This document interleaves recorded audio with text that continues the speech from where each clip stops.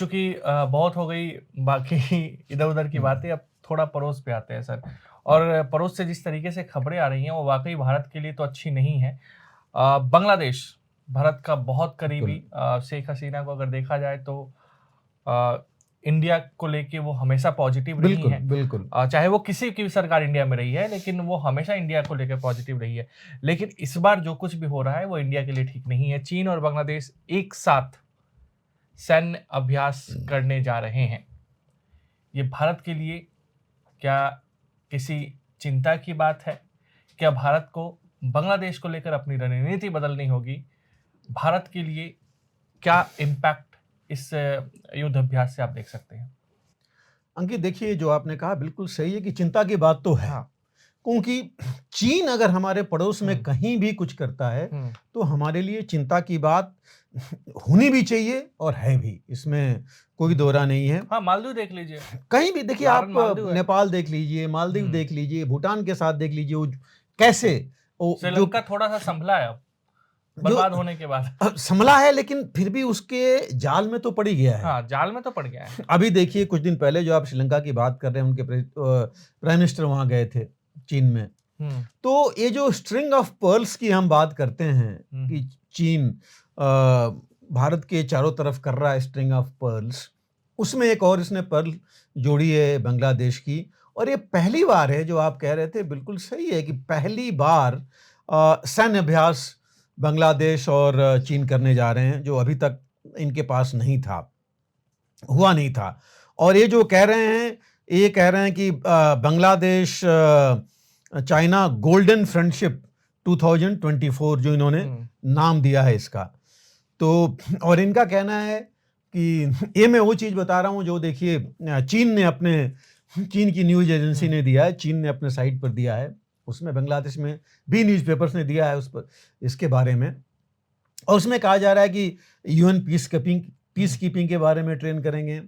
इनका कहना है कि ये जो है म्यूचुअल कोऑपरेशन कैसे कर सकते हैं, इसमें एक दूसरे की मदद, अगर कोई मुसीबत आती है, counter terrorism measure, anti hijacking measure, इस तरह की चीज़ें, टेररिस्ट कैंप एलिमिनेशन।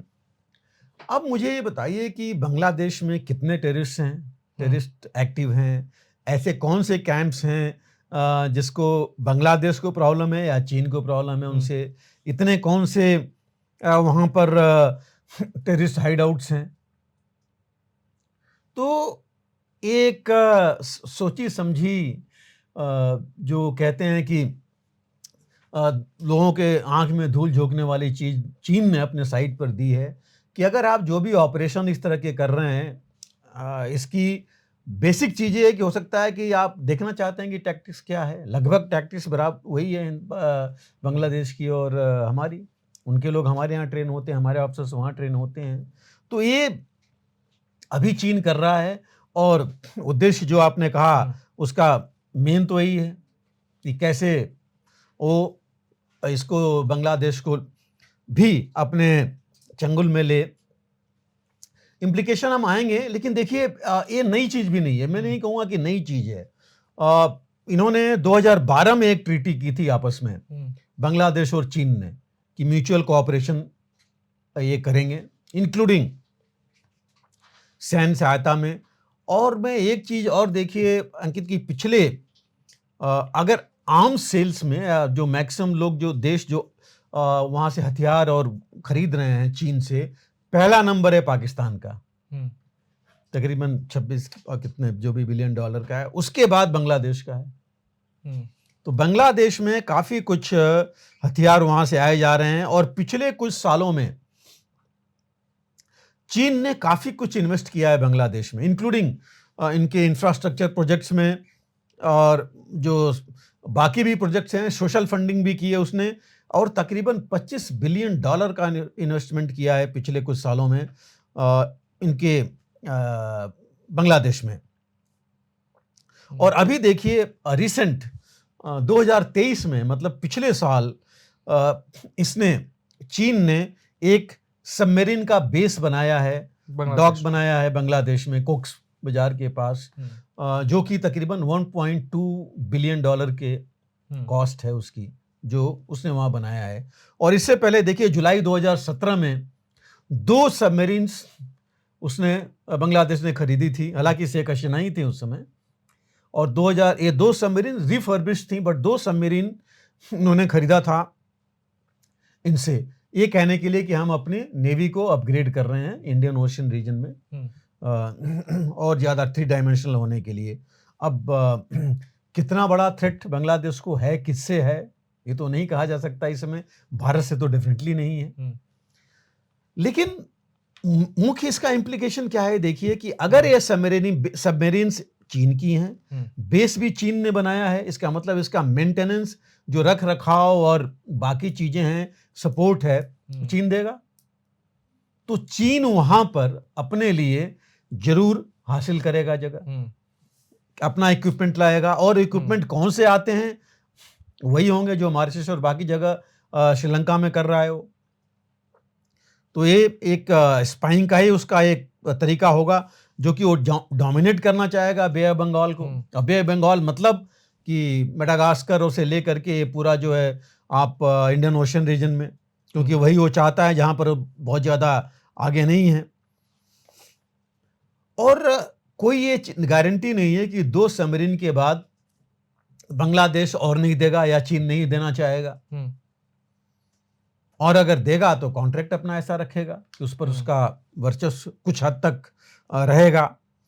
तो ये देखिए इसका इम्प्लीकेशन तो बहुत सीधा है कि ये ऐसा करने से वो जो है वहाँ पर कॉक्स बाजार या बाकी जगह अपनी जो इंडिया को वल्नरेबल बना दिया है ऑलरेडी। हमारा जो अंडमान और निकोबार कमांड है उसकी टोए ले सकता है, और जो बे ऑफ बंगाल का एरिया है जिसमें हम डोमिनेट करते हैं उस पर ही वो किसी न किसी तरीके से चाहेगा कि इंफॉर्मेशन उसको वहाँ की मिलती रहे। अभी इसके अलावा उसने, चीन ने बांग्लादेश को टैंक भी दिए हैं। नारिंको इनकी इसकी मेन सप्लायर है, और 2000 में उसने टैंक दिए थे इनको। उसने short range shoulder fired air defence system भी दिए हैं बांग्लादेश को। तो ये ऐसा नहीं है कि अभी की बात है, HQ7 सिस्टम है जो इसने दिया हुआ है, ये 2000 से तकरीबन ये चलता आ रहा है। ट्रांसपोर्ट व्हीकल्स हैं उसने इनको दिया है, RT एमुनिशन दिया हुआ है बांग्लादेश को। हालांकि ये न्यूज़ आई थी 2020 के आसपास कि जो सामान चीन से बांग्लादेश में आया है, बांग्लादेश बहुत उससे सेटिस्फाइड नहीं है। कई एमुनिशन काम नहीं कर रहे थे जो इनके पास आए। कुछ गाड़ियां जो आई, ट्रांसपोर्ट व्हीकल जो आए, जो ट्रांसपोर्ट मीन्स नॉर्मल ट्रांसपोर्ट नहीं, छोटी मोटी मिसाइल्स या बाकी चीज़ों जो मेन इनकी टैंक्स इनके लिए ट्रांसपोर्ट करने वाली थी, वो काम नहीं कर रहे थे। तो ये न्यूज़ 2020 में आई थी। लेकिन इसके बावजूद उनसे बांग्लादेश को मिलता रहा है सामान, क्योंकि एक तो सस्ता देता रहा है, पुराने सामान भी हैं वो जो उनको बाद में पता लगा है जो उसने दिया है। तो जो डेट डिप्लोमेसी है चीन की, वो तो चली रही है।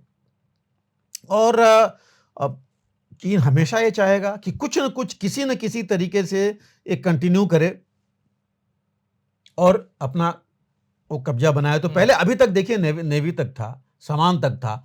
अब उसने इस एक्सरसाइज करके उसने बोला है कि इंटीग्रेटेड एक्सरसाइज होगी, वो अपनी टीम अभी भेजेगा, अभी जल्दी आने वाले हैं, इसी हफ्ते में शायद आने वाले हैं। ये भले बड़े छोटे लेवल की बात की जाए कि छोटे लेवल पर है, लेकिन है तो शुरू तो कर रहा है। अगली बार फिर वो बड़े लेवल की करेगा, और क्या इक्विपमेंट लाता है, किस तरह है, ये कहा नहीं जा सकता।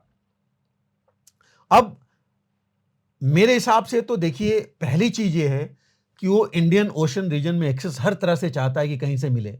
म्यांमार में भी एक बेस बना रहा था पहले, अब इसने बांग्लादेश में ये बेस बना लिया। तो ये फोकस इसका टोटल है इंडियन ओशन रीजन। और हमारा जो है एक एक्सरसाइजेस करके, ऐसा नहीं कि उसने एक्सरसाइजेस पहले नहीं किए हैं, पिछले साल भी देखिए उसने मई में एक्सरसाइजेस की थी 5 देशों के साथ, जिसमें कि वियतनाम, मलेशिया, थाईलैंड, इनकी फोर्सेस आई थी जिनके साथ इसने एक्सरसाइजेस की थी। लेकिन बांग्लादेश जो बिल्कुल हमारे साथ है, उसके साथ ये पहली बार ये एक्सरसाइज हो रही हैं। और ये धीरे धीरे अगर इसमें हस्तक्षेप नहीं दिया गया तो बांग्लादेश को अपने ऊपर डिपेंडेंट बना लेगा। बिल्कुल। और वो जब सिचुएशन हो जाएगी तो हमारे लिए और मुश्किल हो जाएगी, खास करके साउथ सी में तो हमने बता दिया, अंडमान निकोबार कमांड और बे ऑफ बंगाल रीजन, लेकिन जो हमारा नॉर्थ ईस्ट है, चिकन नेक जिसको बोलते हैं। Chicken neck area, Siliguri corridor कहिए और पूरा नॉर्थ ईस्ट में कहूँगा, उसके लिए ये हमारे लिए मुश्किल हो जाएगा। और उसके लिए ये जो है हमें कोई ना कोई चीज़ ढूंढनी पड़ेगी जिसको वो रोकने के लिए। बिल्कुल। और इसमें हालांकि भारत ने बोला है कि हम तो हमेशा नज़र रखते हैं कोई एक्टिविटी जो हमारे नेबर्स हैं, हमारे अगल बगल होती है, और इस पर भी हम नज़र रखेंगे जो भी हमारे सिक्योरिटी और इकोनॉमी को इफेक्ट करेगी। और ये चीज़ दोनों को इफेक्ट कर रही है। बिल्कुल। बांग्लादेश में हम जानते हैं कि कुछ हमारे जो टेररिस्ट हैं, कुछ एंटी सोशल एलिमेंट्स हैं जो वहाँ पनाह लेते हैं, तो क्या अब चीन डायरेक्टली उनको मदद करेगा? बिल्कुल। मेनलैंड के लिए भी, बंगाल, वेस्ट बंगाल से, मतलब बंगाल से बिहार लीजिए, बाकी जगह लीजिए, और नॉर्थ ईस्ट तो है ही। तो ये एक एंगल मुझे लग रहा है कि जो वो खुल जाएगा अगर हम इसको अच्छी तरह रोके नहीं। एक वो बेस मिल जाएगा उसको, और उसको जो अपनी अभी तक स्पाइंग जो कर रहा था, जासूसी जो कर रहा था, हम करे तो उसकी शिप्स आ रही थी, एरियल जो भी था, अब वो लैंड लाइन भी मिल जाएगी उसको, लैंड के ऊपर भी एक और रूट मिल जाएगा ये करने के लिए। तो ये जो है थोड़ा सा मुश्किल होगा। और अभी वो बेस लेकर के तो हमारी शिप्स पर मॉनिटरिंग कर सकता है, यहाँ पर आकर के नॉर्थ ईस्ट में और नीचे जो हमारे ट्रुप्स हैं, जो हमारे हेडक्वार्टर्स हैं, बेसिस हैं, उनके ऊपर अपनी नज़र रख सकता है। तो ये कुछ चीज़ें हैं जो हमारे लिए मुश्किल होंगी। बांग्लादेश में और भी काम कर रहा है, ऐसे नहीं, वो तो कह रहा है कि सोशल डेवलपमेंट भी कर रहा है, उनको ऑर्गेनाइज कर रहा है, उनके इलेक्ट्रिसिटी के लिए अभी उसने थर्मल पावर स्टेशन भी बनाया है उनका। बांग्लादेश तो उन 33-34 देशों में है जहाँ की न्यूक्लियर पावर प्लांट है, और ये न्यूक्लियर पावर प्लांट रूस ने बनाया था। तो ये चीज़ें हैं वहाँ पर। लेकिन ये जो हम बात कर रहे थे पहले भी स्ट्रिंग ऑफ पर्ल्स की, जो एक और इसने उसमें डाल दिया, नेपाल, पाकिस्तान, अफगानिस्तान, बांग्लादेश, म्यांमार लेकर के ये जो नेटवर्क ये बन जाएगा, ये हमारे लिए थोड़ा मुश्किल की, बहुत ज़्यादा मैं कहूँगा चिंता की बात है। क्योंकि देखिए भूटान के साथ हो रहा था, लेकिन भूटान के साथ काफ़ी हमारी बातचीत हुई, प्रधानमंत्री भी हमारे गए वहाँ पर, और शायद भूटान कुछ उसको समझ में आई हो कि हाँ कितना मुश्किल पड़ेगा। श्रीलंका की क्या हालत हो रही है, बांग्लादेश भी देख रहा होगा, क्योंकि बांग्लादेश की इकॉनमी बहुत अच्छी हो चुकी है। लेकिन एक और चीज़ है कि बांग्लादेश भी चीन का, रादर मैं कहूँगा कि चीन जो है बांग्लादेश का सबसे बड़ा ट्रेडिंग पार्टनर है। तो आज की तारीख में देखिए, हम लोग पहले भी ये बात करते आए हैं कि सिर्फ डिप्लोमेसी नहीं है, ये डिप्लोमेसी तो है, बट इकोनॉमिक और मिलिट्री डिप्लोमेसी है। बिल्कुल, ये दोनों साथ में चल रही हैं, और तभी जो है देश अपना फायदा देख रहे हैं और उसके हिसाब से चल रहे हैं। तो हमको और ज़्यादा केयरफुल होना पड़ेगा, और ज़्यादा इसके ऊपर ध्यान देने की जरूरत पड़ेगी। और किस तरह हम, जैसे चीन हमारे साथ कर रहा है, उसी को हम कैसे इसकी काट ढूंढें।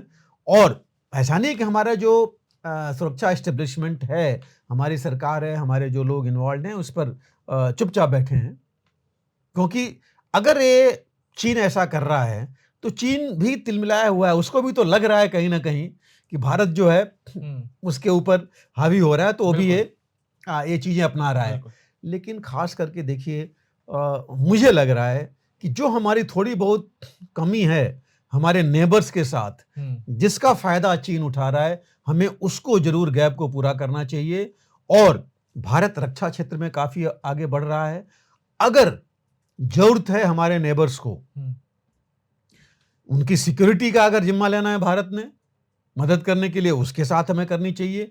या उनको अगर जरूरत है हथियार की और साजो सामान की, तो अब हम शायद धीरे धीरे उस हालत में पहुंच जाएंगे कि उनकी वो मदद हम कर सकते हैं।